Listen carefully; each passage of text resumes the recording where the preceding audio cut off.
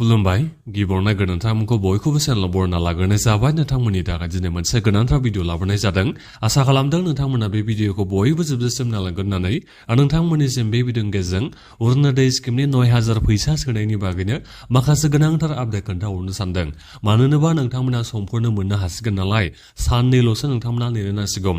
नोंथांमोना 10 मार्चआवनो मोननो थांगासिनो दङ दा बेनिखायनो जोंहा आसामनि चिफ मिनिस्टार मानगोनां डक्टर हिमन्त बिश्व शर्मा बिथाङा नोंथांमोननिसिम दा बावैसो मोनसे गोनांथार आपडेट खोन्थाहरदों नोंथांमोना आरोबाव मोनसे खामानिखौ मावबावनांगौसो नैबे 9000 फैसाखौ नोंथांमोना 10 मार्चआव मोननो थाखाय दा बेनिखायनो नोंथांमोना मा खामानिखौ मावनो नांगौ आं बेखौनो बे भिडिअनि गेजेरजों खोन्थाहरनो सानदों बयबो नोंथांमोना भिडिअखौल' जोबजासिम नायलांबानो जाबाय दा बेनिफ्राय आंनि नोंथांमोननिसिम मोनसे खावलायनोबो थाग्रोबाय गिबियावनो गासिबो नोंथांमोना चेनेलखौ साबस्क्राइब खालामना लाग्रोलायनानै जाहाथे नोंथांमोना बेबादिनो स्किमफोरनि आपडेटखौ नैबे चेनेलनि गेजेरजों मोनबाय थानो हायो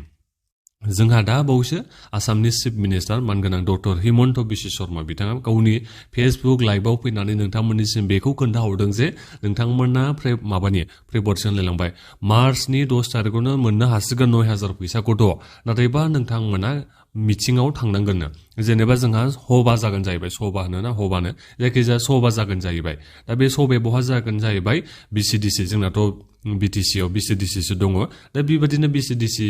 अफिसाव जागोन ना बेलेगाव जागोन जायखिजाया जोंहा सभा जागोन जाहैबाय दा बे सभायाव नोंथांमोना गासिबो थांनांगोन टाइमा जाहैबाय फुंनि 10:30 नोंथांमोना थांजोबनांगोन जाहैबाय अबयसे नोंथांमोना दिनै फोरनो खबरखौ मोनखागोन दिनै नङाबा गाबोन नोंथांमोना खबरखौ मोनगोन जे नोंथांमोना नैबे जायगायाव थांनांगोन नैबे मार्चनि 10 तारिखआव 10:30 नोंथांमोना नुजाथि हैनांगोन अब्लासो नोंथांमोना अरुणोदय स्किमनि 9000 फैसाखौ मोननो हागोन बेबादि नोंथांमोननिसिम लिंफैनो हागौ अबयसे नोंथांमोननिसिम ओरैनो बेंक एकाउन्टआव सोना हरगोन नाथायबा मोनसे खोथा नोंथांमोना थांनांगोन बे सभायाव जोंहा चिफ मिनिस्टार बिथाङा खावलायदों आरो नोंथांमोनखौ गासैखौबो थांनो थाखाय दा बेनिखायनो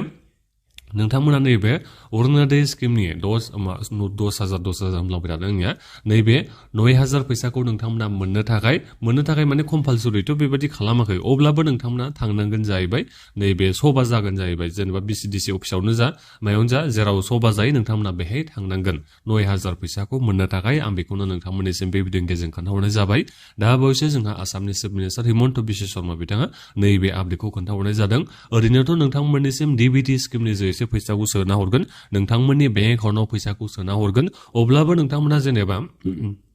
सभायाव थाङोबा नोंथांमोननियाव जुदि बेंक एकाउन्टआव फैसाखौ जेब्ला सोना हरगोन मिटिं जानानैसो फैसाखौ सोना हरगोन नालाय दा बे फैसा सोना हरनायाव नोंथांमोना जुदि नोंथांमोननि बेंक एकाउन्टआव हाबफैयाबा नोंथांमोना जाहाथे माखासे कमप्लेनफोरखौ एसे उनाव खालामनो हायो दा बिनि थाखायबो नोंथांमोना सभायाव एसे थांबानो जाबाय आरो आं बेखौनो नोंथांमोननिसिम बे भिडिअनि गेजेरजों खोन्थाहरनाय जाबाय बहालाय ओरैनो नोंथांमोननो इजियाव फैसाखौ होनो सरकारलाय दाथ' जोंहा इलेक्सन जाबादि खाथि जाबाय थादों दा बिनिखायनो नोंथांमोननिसिम बोरै बिथांमोना जेनेबा फैसाखौ ग्रान्डै माने गिदिर माबा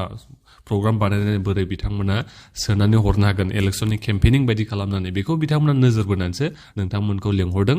नैबे गाव सभायाव होननानै बेखौ बुंनो नांगोन गाव सभा ना जायखिजाया मा सभा जायो बेहाय नोंथांमोना थांनांगोन जाहैबाय दाथ' इलेक्सननि नोंथांमोना नुखाबाय थादों जानांगौ इउटुबावनो जा जेरावखि जाया मानो ओरैबायदि माने एडभार्टाइजमेन्ट होगासिनो नोंथांमोना इउटुबफोराव भिडिअ नायोबा नोंथांमोना नुगोन बेहाय अरुणोदय स्किमनि माबा एडभार्टाइज होनाय नोंथांमोना नुगोन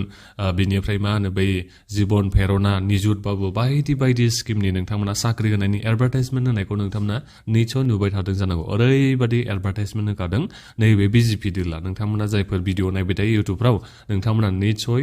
आन्दाजखौ मोनखादों जानांगौ ओरैबायदि माने सोलिखाबाय थायो माबाया इलेक्सननि केम्पेनिंआ आरो बारा गोबावथ' सम गैखाला नैबे सप्तासेनि उनफ्रावनो जोंहा एमएलए इलेक्सननि एमसिसिआ नांनो थांगासिनो दं दा बिनिखायनो नोंथांमोननिसिम नैबे अरुणोदय स्किमनि 9000 फैसाखौ एसे गिदिर प्रग्राम बानायनानै जाहाथे नोंथांमोननिसिम हरनो हायो बेखौ बिथांमोना नाजादों दा जेखियानो जाया मानो नोंथांमोना मार्चनि 10 तारिखआव 9000 फैसाखौ मोननो थांगासिनो दङ गासिबो नोंथांमोना सभायाव नुजाहैलायबानो जाबाय जायफोर नोंथांमोननि नामा बेनिफिसियेल लिस्टआव दङ जायफोर नोंथांमोना अरुणोदय स्किमनि 9000 फैसाखौ मोननो थांगासिनो दङ नोंथांमोना 10:30 जेराव सभा जायो बेहाय नोंथांमोना थांनानै नुजाथि हैबानो जाबाय दा बेखौनो आं नोंथांमोननिसिम बे भिडिअनि गेजेरजों खोन्थाहरनाय जाबाय दा माबाफोर नोंथांमोना मिथिना मोननो लुबैदोंबा माखौबाफोर नोंथांमोना सोंनो लुबैदोंबा भिडिअनि बक्सआव नोंथांमोना कमेन्ट खालामबानो जाबाय आरो बे भिडिअखौ नोंथांमोना गासिबो शेयार खालामना होबानो जाबाय दा बेखौनो आं नोंथांमोननिसिम जोबनायाव खावलायनाय थाबावबाय गोजोन्थों।